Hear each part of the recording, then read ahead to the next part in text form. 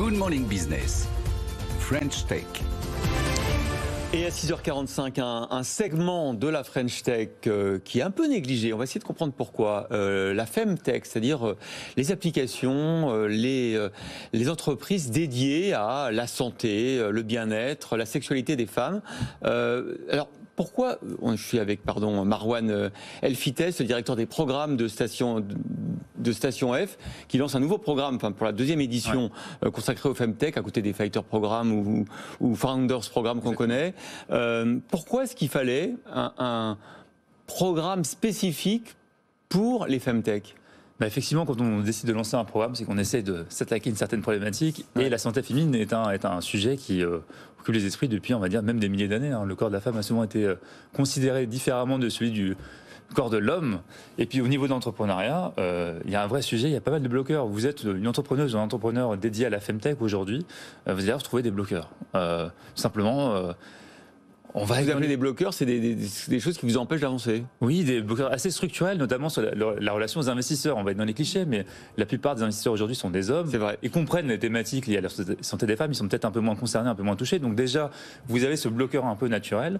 Vous allez avoir d'autres bloqueurs sur la partie acquisition. Si vous parlez de sexualité, vous avez une start-up dans la sexualité. Quelques bloqueurs, notamment dans l'achat de mots-clés ou quelques censures sur les réseaux sociaux.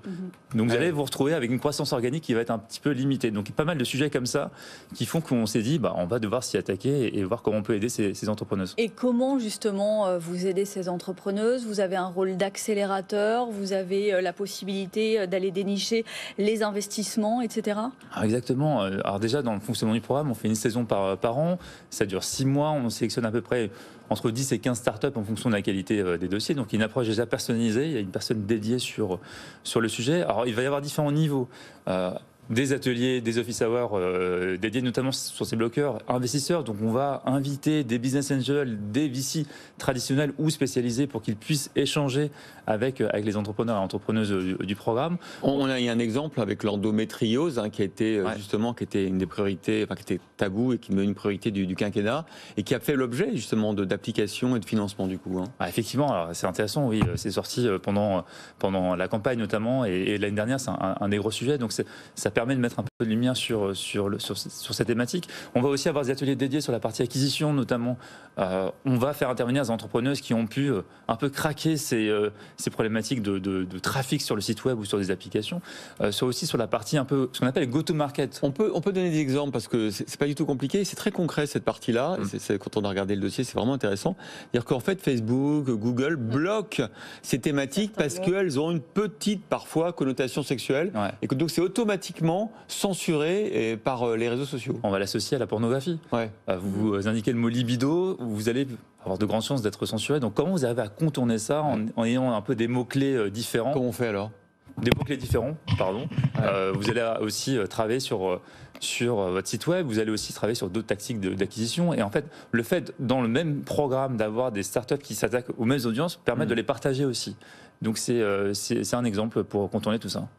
C'est l'occasion aussi de zoomer sur un marché avec un fort potentiel de croissance et pourtant si sous-évalué à l'heure actuelle. Oui, c'est pas une niche. On parle quand même de plus d'une personne sur deux sur la planète qui est concernée par ces sujets. On parle de sexualité, on parle de ménopause, on parle de règles, on parle de fertilité.